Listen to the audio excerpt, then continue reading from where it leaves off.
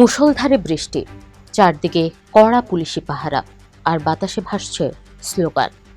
এক হাতে ভারতের জাতীয় পতাকা আর অন্য হাতে সংবিধান নিয়ে মঞ্চে অনড় এক তরুণ।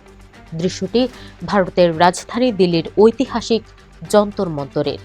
কিন্তু কেন এই প্রতিবাদ? ঘটনার সূত্রপাত গত মে মাসে।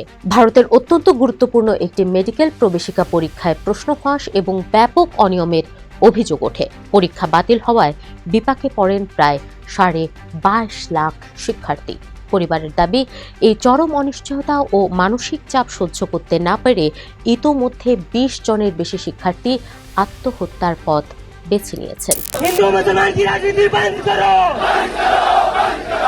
শিক্ষা ব্যবস্থার এই নজিরবিহীন ব্যর্থতার বিরুদ্ধে সামাজিক যোগাযোগ মাধ্যমে সোচ্চার হন অভিজিৎ দীপকে নামের এক তরুণ। তিনি গড়ে তোলেন ককরোচ জনতা পার্টি সিজেপি।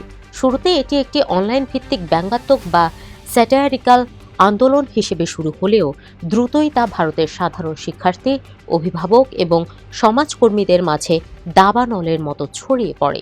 সিজেপির মূল দাবি একটাই, ব্যর্থতার দায় নিয়ে শিক্ষামন্ত্রী ধর্মেন্দ্র প্রধানকে পদত্যাগ করতে হবে। আন্দোলন নতুন মাত্রা পায় যখন সিজেপির সমর্থনে অনশনে বসেন ভারতের প্রখ্যাত সমাজকর্মী ও শিক্ষাবিদ সোনম ওয়াংচুক। দিল্লির তীব্র গরমের মধ্যে টানা 21 দিন ধরে কেবল লবণ আর জল খেয়ে অনশন চালিয়ে যান তিনি। এতে তার ওজন কমে যায় প্রায় 9 কেজি। শারীরিক অসুস্থতা সত্ত্বেও সোনম ওয়াংচুক ঘোষণা করেছিলেন তিনি শিক্ষার্থীদের এই সংসদ অভিমুখে পদযাত্রায় অংশ নেবেন। কিন্তু গত 18 জুলাই সকাল 7:30টায় দিল্লির প্রতিবাদ মঞ্চে নাটকীয় পরিস্থিতি তৈরি হয়। ডজন খানেক পুলিশ সদস্য এসে বিছানার চাদর দিয়ে মুড়িয়ে সোনম ওয়াংচুককে জোরপূর্বক হাসপাতালে নিয়ে যায়। কিন্তু এই জোরপূর্বক অপসারণ আন্দোলনকে দমাতে তো পারেনি, উল্টো তা আরও উস্কে দিয়েছে।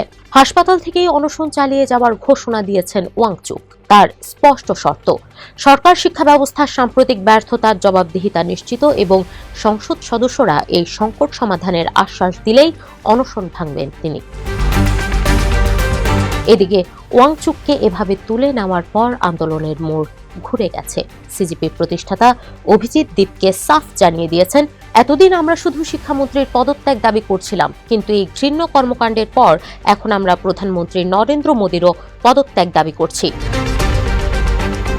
যদিও শিক্ষামন্ত্রী ধর্মেন্দ্র প্রধান এই আন্দোলনকে বিশৃঙ্খলা সৃষ্টিকারী উপাদানগুলোর বি টিম বলে উড়িয়ে দিয়েছেন এবং মোদী সরকার এখন পর্যন্ত আন্দোলনকারীদের সাথে কোনো আলোচনায় বসেনি। দিল্লি পুলিশও এই পদযাত্রার কোনো অনুমতি দেয়নি। কিন্তু সিজেপির মুখপাত্র স্পষ্ট জানিয়েছেন, যে কোনো মূল্যেই তারা এই পদযাত্রা সফল করবেন। দিল্লির পাশাপাশি মুম্বাই, বেঙ্গালুরু এবং হায়দ্রাবাদেও ছড়িয়ে পড়েছে এই বিক্ষোভ। দিল্লির রাস্তা এখন ব্যারিকেড আর কাটা তারে বন্দী, কিন্তু প্লাস্টিকের গোলাপ আর জাতীয় পতাকা হাতে হাজার হাজার শিক্ষার্থী ও সাধারণ মানুষ অনড়। একটি সুষ্ঠু শিক্ষা ব্যবস্থার দাবিতে ভারতের এই ককরোচ বা তেলাপোকা আন্দোলন এখন মোদী সরকারের জন্য এক বিশাল চ্যালেঞ্জ হয়ে দাঁড়িয়েছে।